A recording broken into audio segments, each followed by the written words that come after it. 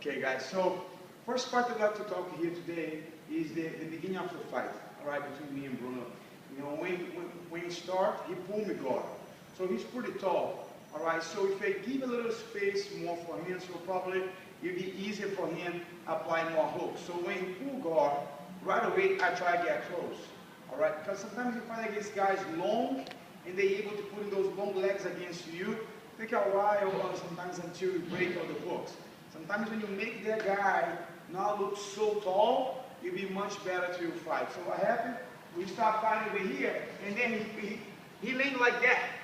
So a lot of times some people can do this to go away from the person, but sometimes you're gonna give more chance to someone, you know, tall, apply his hooks. Right away when he pull me guard, I can close right away. Alright, to get close here, to feel him, and to make sure his legs, he don't straighten his legs so much. Alright, and then after that, I think you guys can notice, I keep throwing a lot, because what happened? When we land here, he has a good posture, and he controls my pants here the whole time. The whole time that pants here is under control, so I don't have a lot of places to go. If I try and move my body to that side, he's probably going to try using his hook and then sweep me. So that's the thing, I try always use this arm on the floor, sometimes on his belt, and all the time I keep trying lifting myself a little bit to try and move around him. And all the time he keep exposing his back to me. Alright, all the time. So he's not giving the side control, but he offered the back. And then one point, I almost did something really wrong. Why? Instead of the attack, you know, the closer side here, instead of trying to go to that side and probably try to put a hook on that side, when I saw him turn on his knee, I tried to jump to the other side without any hook.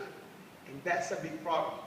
Because as soon as I did it there, he probably know how to protect himself really well. What he did, he closed himself really well. He didn't give me any space to put in the hooks.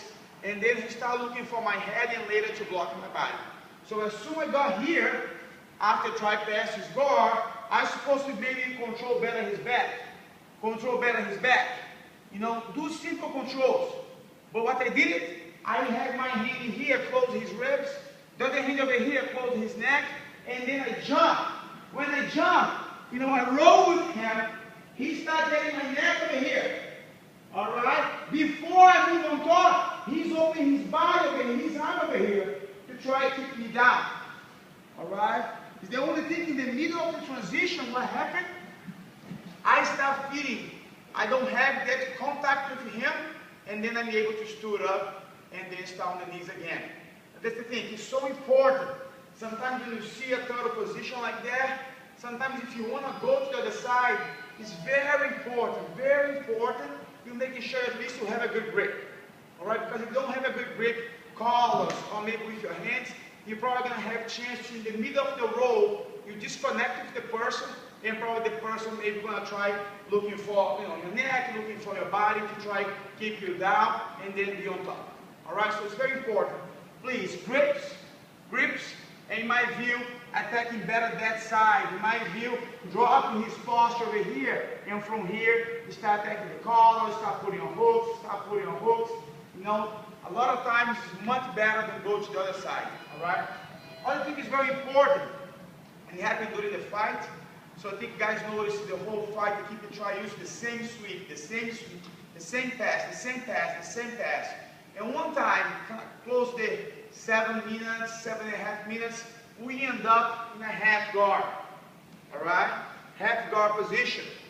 What happened in a half guard position? When I have in a half guard position, his arm is under my armpit. Alright? Today, for a lot of people, when the arm is right here, a lot of people looking for a block right away, this arm, you go on the hook. Okay? A lot of people looking for that. But, during the whole fight, I try making sure his gi stay available. Alright? When I saw his gi available, when I saw his arm over here, he kind of like rested over here for a little bit. During that time, you know, he gave me a chance to start looking for the collar. A lot of people think this arm can help you to protect against chokes. Alright? It's not true. Because a lot of times when you use this collar, All right, when you pull, really pull, your arm can go all the way here.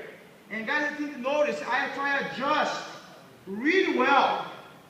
Because when I adjust really well, sometimes only when you turn your arm like that, the pressure starts. But his resistance really good. So I start moving for him, moving for him, moving for him. When this arm popping out a little bit, I control this arm across his own body, and then I fell to that side.